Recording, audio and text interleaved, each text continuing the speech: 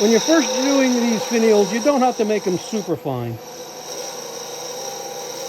Now I could also make a cut similar to this with the skew, but sometimes that's showing off.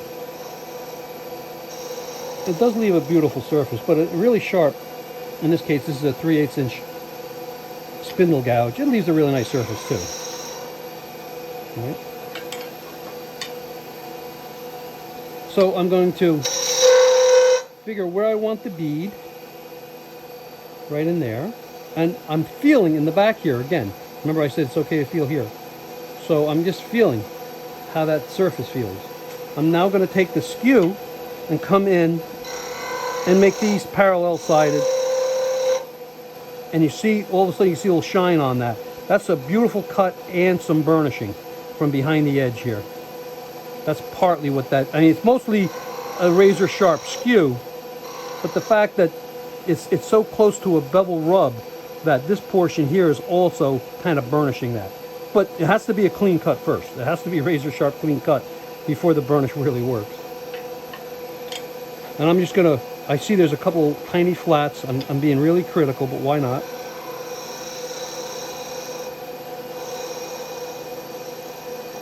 And it depends on the density of the wood, how fine you can get this point.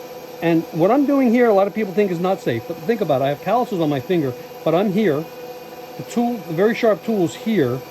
Listen, it is extremely sharp, but it's safe for me to hold it like this. It's only if I move my finger or the blade that I'm gonna have trouble. I'm not. They're kind of tacked together because my thumb is here on the tool and I'm moving down, but I'm getting support and I'm also feeling the cut. How fine a cut it is and how good a surface I'm leaving. So with this cherry, I'm not going to get, see, there's the fibers aren't as fine as they could be. A denser wood would leave a finer point. But we'll get a decent point on that, okay? Now, you should sand this now because we're going to go down and get thinner and you won't have the support.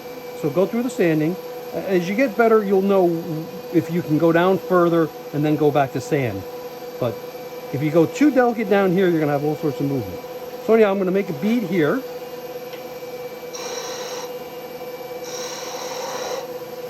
I'm going to get some of this out of the way.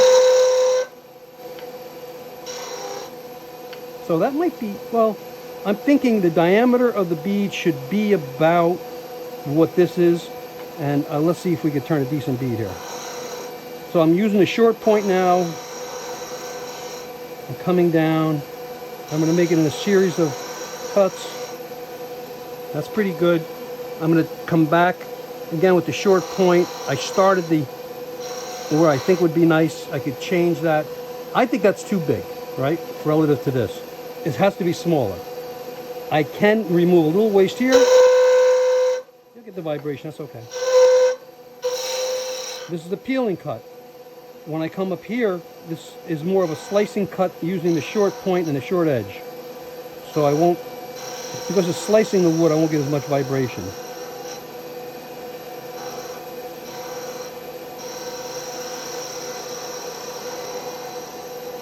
I'm starting to like the fact that it's a smaller diameter. I'm just going to refine this.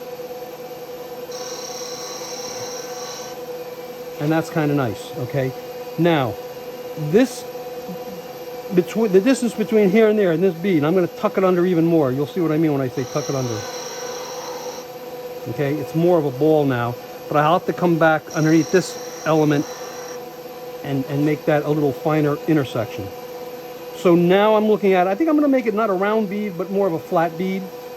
So I'm going to now use, well, I was thinking of using the long point to make that, but I'll go ahead and be consistent. But I have to get this, if I'm not careful, I'm going to catch this. So what I could do is use the parting tool, which is a double bevel tool too. It's not as acute, but if I angle it, I'll get a shear cut, an angled cut. And that does a nice job, and it gives me the room to get in here. I'm using this almost like the English beading tool at this point. And obviously, if I angle it, I do have that angled, and I can get into a pretty sharp intersection. But at least I'll come in. Now, that might still be too heavy. So I have no choice but to bring down the diameter now like this. And you'll see how nice the surface that leaves. Right? But I also, now that I brought the diameter down, I have to fix it on this side. Maybe I'm talking too much.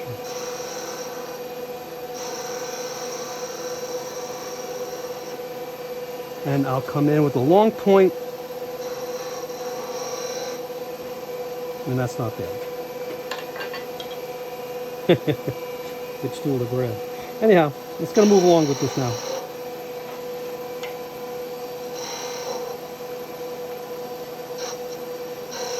Now I'm using a long point to finish that bead. And that looks pretty good. I want to repeat this element here. So I'm going to make a V-cut into that bead. That looks pretty good. I want this portion to be at least the same size, maybe about the same size as that. I might have screwed up here because I wanted to repeat this. Maybe I did, maybe I didn't. Let's see if we can get away with this. I think it'll work. Now, again, I have to clear some space, so otherwise I have no room to work. Peeling cuts. You can't see this from this angle, but I have that handle real low. I'm going to make the peeling cuts, and then a delicate peeling cut.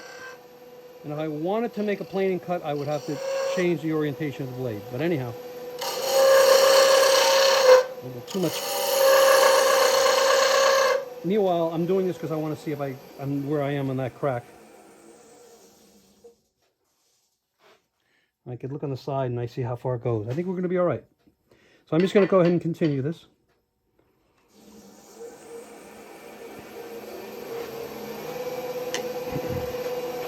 Now, it just comes with a lot of experience. A lot of these things will look great without going too delicate. You really don't have to get that thin. I'm sort of using these peeling cuts with the skew to block out what I want. And again, the difference here, you could tell, the edge, which is slightly rounded, and the skews that I have different skews, but in this particular one I like that slightly rounded edge. Because after I make this really rapid cut, after that rapid cut, I can then just gently move back and forth and just get a very delicate peeling cut. That leaves a decent surface. It's not as good as the planing cut. The difference is this is flat on the rest and the edge is going back and forth, and it's just before the shaving picks up. The minute it picks up, if you move it laterally back and forth, you can get a really nice shaving. As opposed to the planing cut, you have to lift up this portion and angle the edge at about 45 degrees to the work. And you can see the difference between the two. Anyhow, I'm going to use the long point now to clear some space, so I can now come in with the spindle gouge and create this nice curve.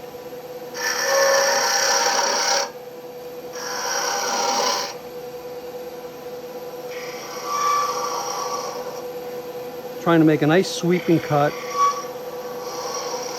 Keeping an eye on it. If you get too thin with this piece up here, it might be a little weird. So, you know, one element kind of complements the other. You have to keep that in mind.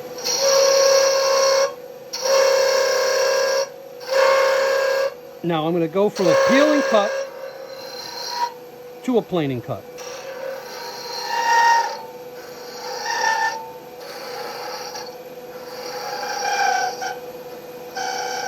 And I'm keeping an eye. I just bumped the camera, sorry, with my big head. I'm going to keep an eye here. There's a little bump here. I don't think I could blend it in with even the curve skew. So I might just come in now, very gently try to blend that in. But certainly, 220 sandpaper would make that nice. I'm also feeling here, and I feel that there might be a little part that chipped out on here. So you can feel there's a little part that chipped out here. So I don't really want to go much smaller. So here's the point. This is chipped out. If I come in and make it smaller in terms of diameter, I think this starts to look kind of funky, right? Can I come up here and do this yet? I don't know. See, it's moving. So the point is, in the process, make sure you get everything that has less support on the right done to where you want, because you might have a little issue like that. For now, I'm going to let that go. I also noticed that it's not as even as I like. I think I can come in and fix that bead a little bit, tuck it under sort of.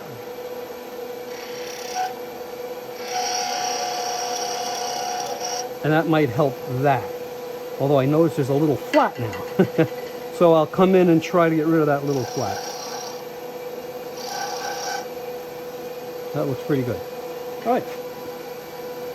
So now I'm thinking,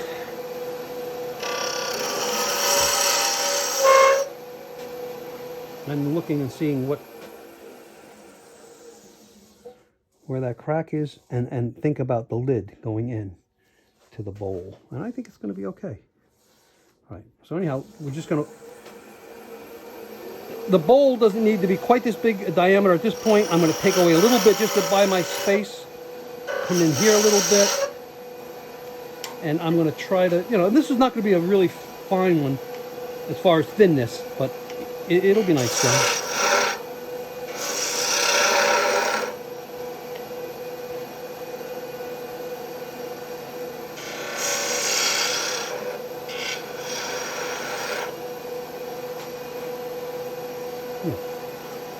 Okay, that looks good. This is hard to do. I start very high. And that's living the good life, I guess. Come down a little smaller here. I don't want to store it. And now I'll blend that back with the skew. Have a little bit of a... Wow. Okay. Support.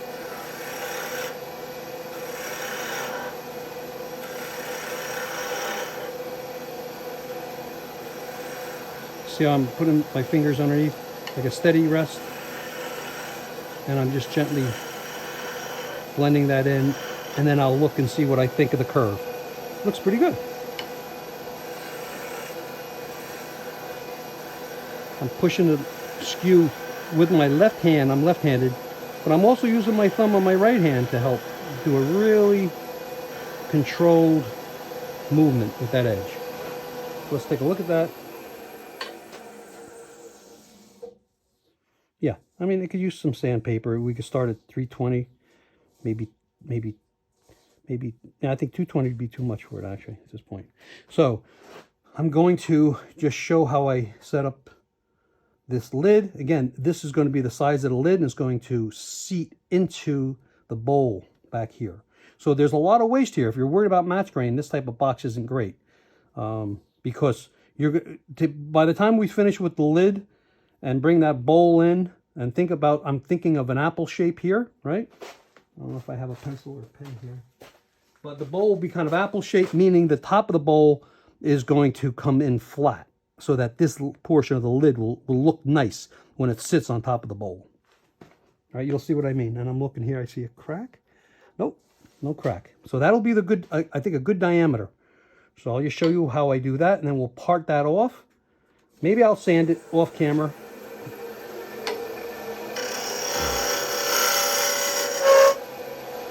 Sometimes you're repeating the same skills. Remember I talked about that tenon, how to have parallel sides? Well, this should have parallel. In this case, it may be parallel or slightly smaller here. Because by the time I part this off, you're going to see there's going to be a witness mark that'll give me a guide to the diameter, so I don't have to go crazy trying to fit this lid to this portion of the bowl.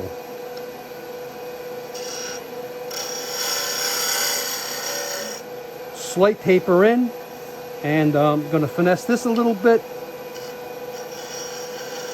Planing cut down.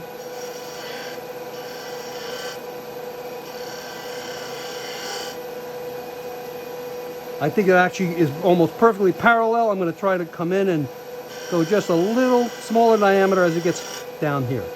All right, so that's good. I'm going to inspect this. I'll probably sand off camera. I'm talking too much. But what will happen is I'm going to come in and part, but when I part, I'm going to leave a little section of this.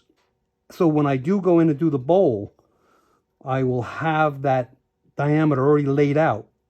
So it just helps a little bit. Okay.